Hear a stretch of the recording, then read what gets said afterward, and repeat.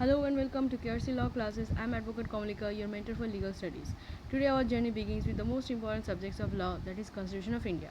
So if you are an LLB graduate or LLB student, judiciary aspirant or simply somebody who just wants to understand law or how the nation is governed, then this class will help to build your foundation. With the first chapter, we'll get to know what the Constitution is, why do we have it, who made it, and what's so special about it. So let's begin. I want you to imagine first. Imagine waking up tomorrow in a country where there is no constitution, no right, no equality, no unity, no development, nothing. Therefore, no justice. So when somebody is taking away your freedom of speech, you are you cannot challenge it anywhere. There is no law that is helping the poor and needy people from being treated unequally, badly. There is no law to stop it. There is no court that to protect your right. Elections has no meanings. Law made without any constitutional validity. So what will happen then? Slowly, equality, liberty, everything will disappear. There will be no justice. There will be chaos all around. Neither peace nor discipline. Therefore, full anarchy. The country will become a total hell. That's exactly why every modern democracy needs a constitution for the betterment of a society to be more civilized. It is therefore not just a law book, it is a shield that is protecting us, it's limiting the power of the government and its organs and guaranteeing us our rights. So now we'll begin to understand this remarkable document that is holding the entire nation, India, together. Every now and then we hear about parliament passing laws, courts delivering judgments, and government making decisions. But have you ever stopped to ask why, who gave them these powers? Can parliament make any laws it wants? Can government take away our fundamental rights whenever it wants? Can the Supreme Court strike down any law passed by the parliament? The answer to all these questions are found in one single document, that is the Constitution. By the end of this course, you will not only know these answers but you will understand the reasons behind them just like a lawyer does.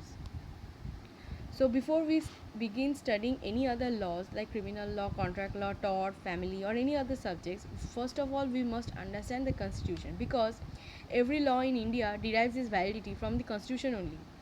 Now let me ask you a simple question. Who is the most powerful person in India? Is it the president, the prime minister, parliament, or Supreme Court? The answer is none of them. It is the constitution. It is the supreme. Parliament cannot make laws against it, the executive cannot act beyond it, and Supreme Court must interpret and protect it but cannot override it. And that's why the constitution is called the supreme law of the land. Now once you understand this principle, understanding every other subjects of law will become much easier. So, what is Constitution? What exactly is it? To put it simply, it is the supreme law of India. Think of it like a rule book of the entire nation. So, just as every game has rules, every school has regulations, and every family has certain principles, a country too has set of fundamental rules. Those are contained in the book called Constitution. It tells us how the government should function. It distributes the power among its organs, legislative, executive, and judiciary. It guarantees us our fundamental rights. It prevents these organs of the government from misusing its power, and it also tells us the duties that we are supposed to do as citizens. Remember one principle that no law is above the constitution. So, therefore, if a parliament passes a law tomorrow that violates the constitution, then the Supreme Court has the power to strike it down. This principle should always be remembered because, as a future lawyer, judge, or informed citizen, it should be very much clear inside our head that what the constitution is and why is it the supreme law of the land. Why did India need it? So there is an ignorant belief all over India that when India became independent on 15th August 1947, everything got settled very easily, like a bed of roses. But that was only the beginning. Freedom gave us an opportunity to govern ourselves, but it did not tell us how we should govern ourselves. India, as we all know, is a vast country with different religion, language, cultures, and traditions. Without a common rule, confusion and conflict could easily arise. Hence, a document was very much in need that would answer some fundamental questions like who would make laws, who would implement them, who would decide the disputes, and what rights does the citizens have, what rights does the non-citizens will have, could the government exercise unlimited power or not. So the rule book had all the answers. This constitution established a democratic government, protected our rights, as citizens, distributed its powers between the different among the different organs of the state, and ensured that nobody, not even the government, could stand above the law. So therefore this is not just a book, it's the foundation upon which modern India stands firmly. Next is, who made the Constitution of India? So, a constitution cannot be written by one person sitting in one room in 2 or 3 days. Therefore, careful discussion, debate, and collective wisdom of great minds were definitely required, which is why the Constituent Assembly was established. It was held its first meeting on 9th December 1946, when India was still not independent. And even after independence, the Assembly still continued its work with responsibility and framing the Constitution for a free and better India. To prepare the draft of the Constitution, a drafting committee was set up, and the chairman was Dr. Bhimrao Ramji Ambedkar. And due to his extraordinary contribution and intelligent mind, he is still widely recognized as the principal architect of our Constitution. The Constituent Assembly debated every provision for about 3 years before adopting the Constitution. Finally, when it came into force, India became known as a sovereign socialist democratic republic. The journey of our constitution. The assembly spent about 2 years, 11 months and 18 days discussing every important issues for fundamental rights. To the power of the president, then from fundamental rights, from judiciary to relationship between center and the states, every provisions were debated in detail. Different opinions were expressed, objections were raised, and necessary changes were made before coming to a final conclusion.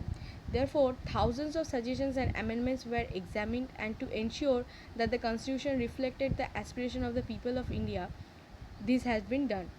Finally, on 26th of November 1946, the Constitution got adopted and it became effective on 26th January 1950. But have you wondered why this date, 26th January, has been chosen? Because in order to honor the declaration of Purna Swaraj, complete independence, was made on 26 January 1930. And that is why even today we celebrate 26 January as a Republic Day, and 26 November is observed as Constitution Day. So what we learn from this? Through the making of this constitution, we learn a very important lesson, that democracy is built through discussion, patience and consensus, not haste. Next, salient features of our constitution. So now that we have understood what the constitution is and how it came into existence, now let's explore the fact that what makes it unique. Every constitution across the globe has their certain distinctive features, characteristics. Ours is also no exception. In fact, it is considered as one of the most comprehensive and carefully drafted constitution in the world. It combines ideas from various countries, from Japan to America to Russia, while preserving India's own constitutional philosophy. Over next few slides, we will discuss each and important feature one by one. Let's not try to memorize them immediately. Focus on understanding first. Once you understand the concept, remembering them for your exam will become much easier. Feature number 1, lengthiest constitution in the world. One of the most distinctive feature of the constitution is that it is the lengthiest written constitution in the world. But why? The answer lies in our diversity. India is not just a small country with single language, single culture or a single religion. It is a union of states with enormous geographical, cultural and social diversity. The framers of our constitution wanted to avoid confusion and future disputes. Hence, instead of leaving many matters to ordinary laws or constitutional conventions, they included detailed provisions within the constitution itself. When the constitution first came into force, that is in 26 January 1950, it only had 395 articles, 22 parts and 8 schedules. But over time, as the needs of the nation evolved, several constitutional amendments were passed, and as a result, today our constitution contains 470 articles, 25 parts and 12 schedules. This detailed nature makes our constitution comprehensive and provides clear guidance on governance, on rights and duties of ours, and on functioning of the constitutional institutes. Now, for judiciary preparation, always remember this feature is one of the most frequently asked questions. Feature number 2, supremacy of the constitution. Second and most important feature is the supremacy of the constitution. But what does supremacy actually mean? It means that the constitution is the highest law in India, and every institution, whether parliament, executive, judiciary, or any other organ, it gets its power from the constitution. None of them can act beyond the powers granted to it. So therefore, how about you imagine? Imagine a parliament passes a law that takes away your fundamental rights, your freedom of speech, without any constitutional justification. So can a parliament do that? Can a parliament simply put anybody in jail just because you have said something against the government? No, right? Why? Because of our constitution. It is a shield, it is protecting us, it is superior to any other laws, any other ordinary laws in India. If any law is inconsistent with the constitution, the Supreme Court or the High Court has the power of judicial review to examine it. If a law violates the constitution, the court can declare it as unconstitutional and it will become invalid then and there. The principle therefore ensures us that no authority can become absolute arbitrary, because absolute arbitrary power invites anarchy. Remember one simple rule: the government is created by the constitution, not the other way around. Feature number 3: India is a sovereign nation. Why? It is one of the most important features of the constitution. Why? The reason is it appears in the preamble.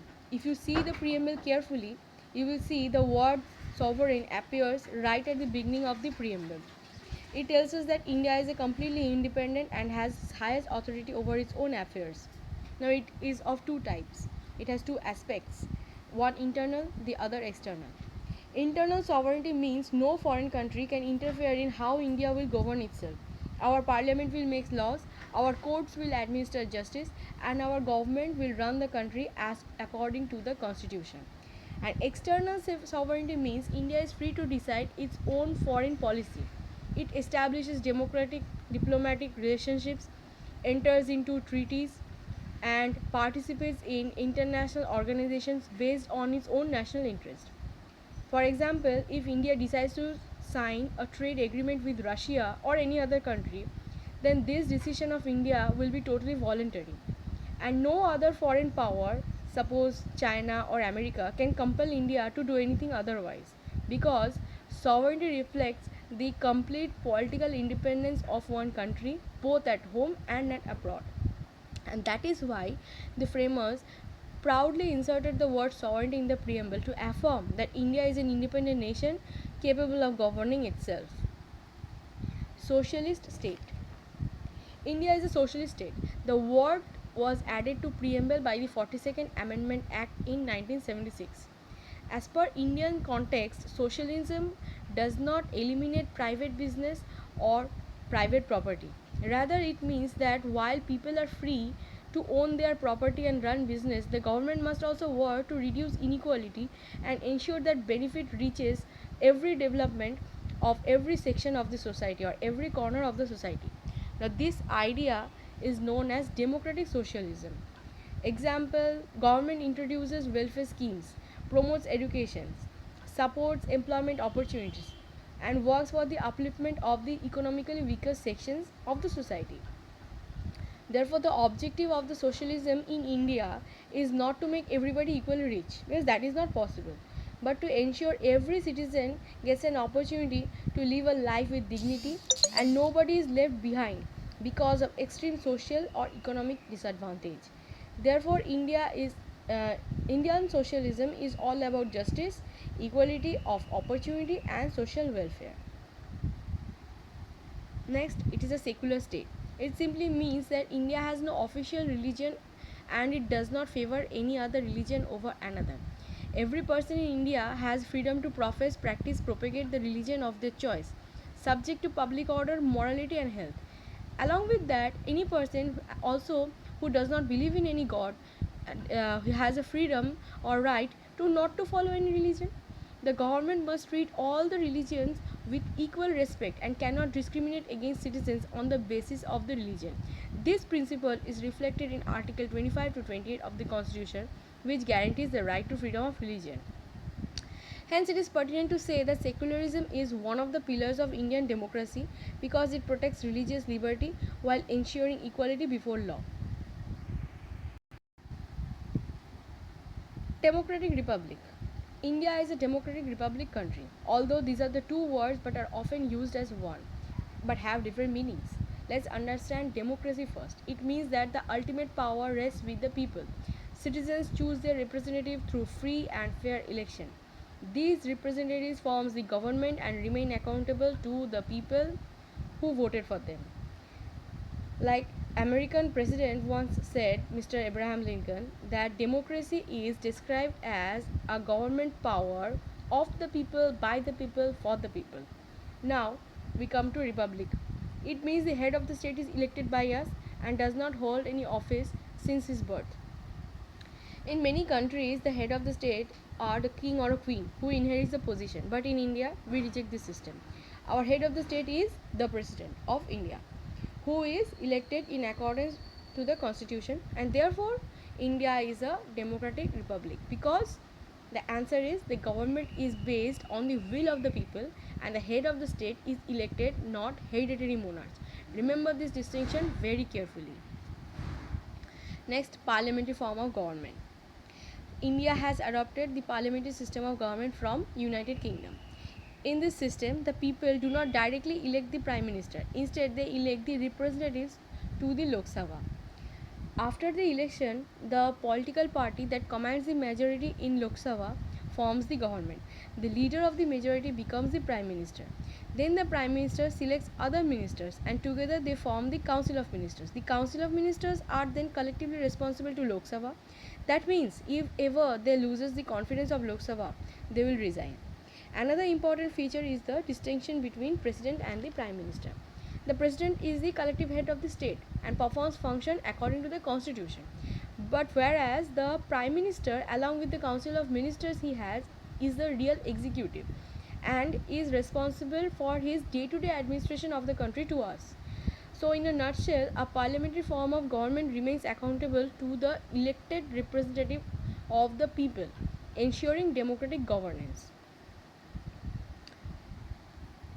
Federal system with unitary bias. Our constitution follows federal system with unitary bias. India is a federal country in normal times, but sometimes it functions with stronger central authority during exceptional situations.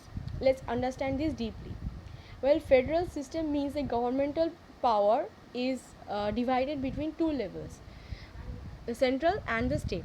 The distribution of power has been done by the constitution itself. Neither the center nor the state receives its authority from each other. Both derives it from directly the constitution.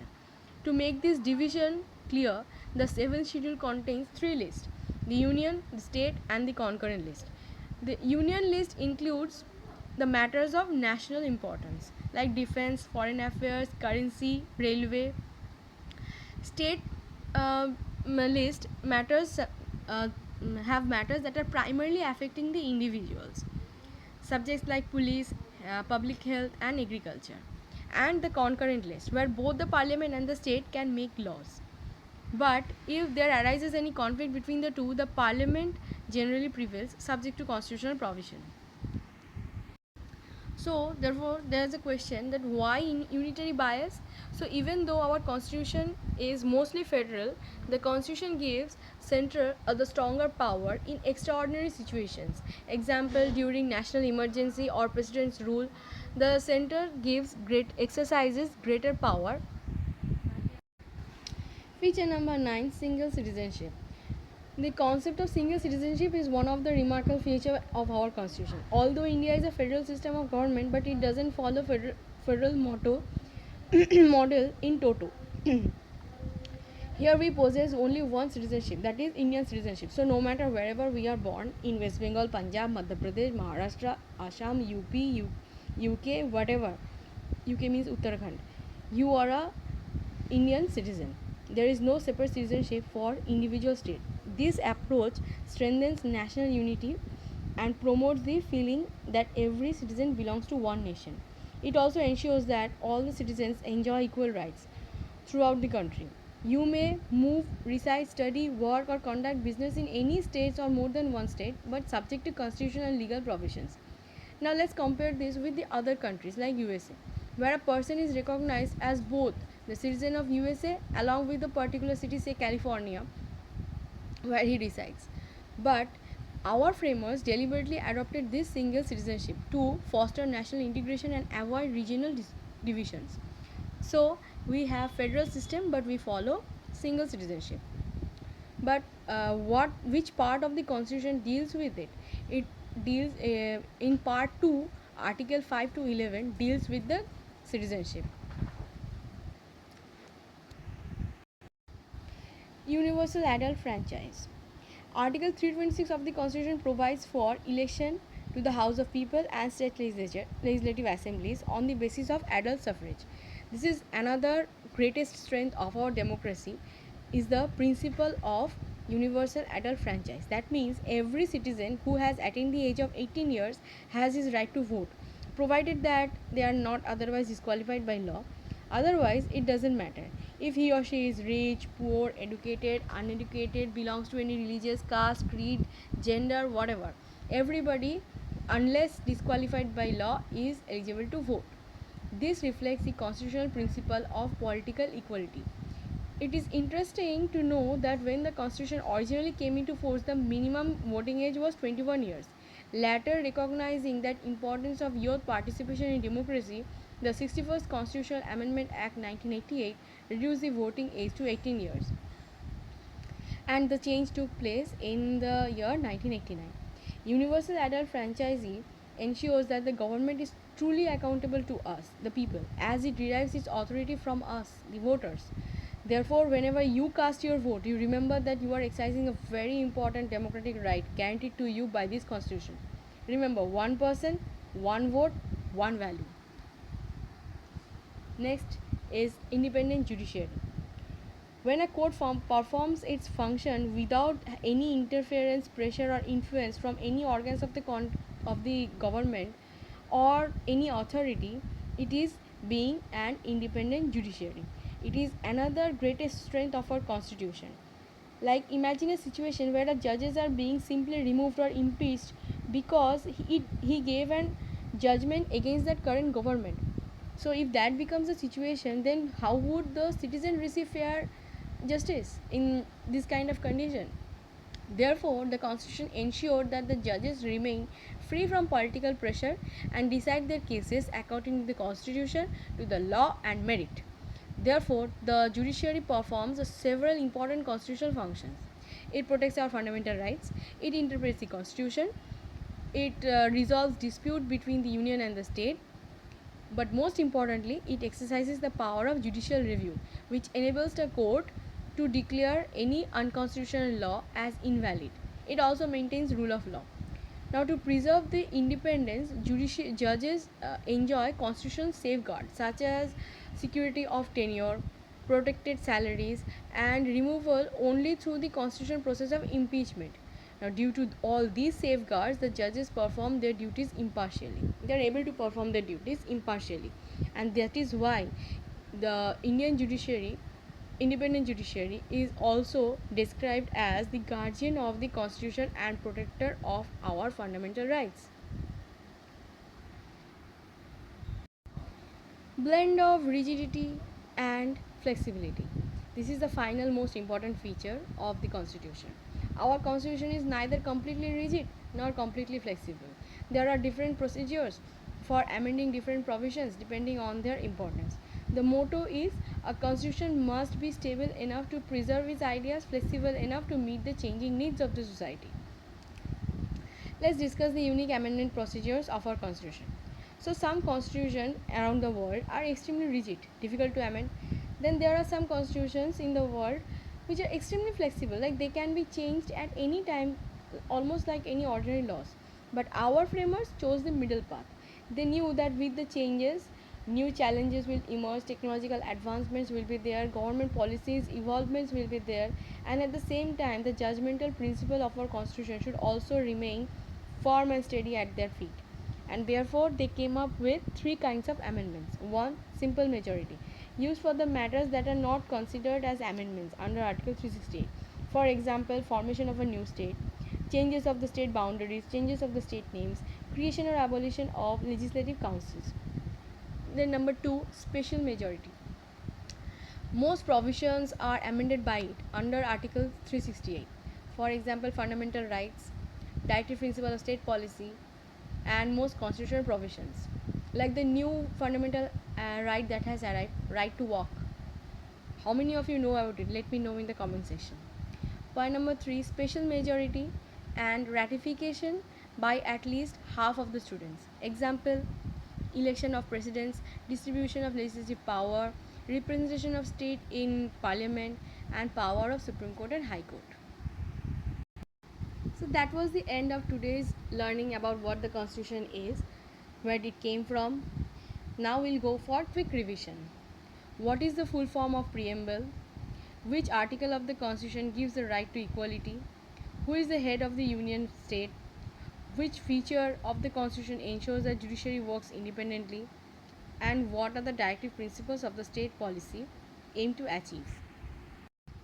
These questions are here to make you understand the concept even more better. So even if you do not get them all correct right at then and then, you can always revise and you will understand the answers very clearly. And until now, whatever I have explained to you, I hope that the concepts have already been clear inside your head and has already created a strong foundation about the first chapter of constitutional law. So this was just the first chapter. You don't have to memorize it. You understand it, memorization will follow naturally. The answers are given over here in all the 5 answers. If you do not get them correctly, you read it, you revise it once more, then you will get the answers very correctly. So revise the lessons once more, and always remember that revision makes you stronger. Keep learning, keep revising, and therefore keep growing. So what's up next? Next, we are going to explore the history. In next class, we'll travel back in time to the year 1600 and we'll explore the history as a story, from the arrival of the antagonist, that is the British, to the rise of the protagonist, that is the Constitution. And I promise you, after this class, the Constitution history will never be boring as it was before. So thank you for joining today's class. I sincerely hope that the session really helped you to understand the Constitution better from the scratch.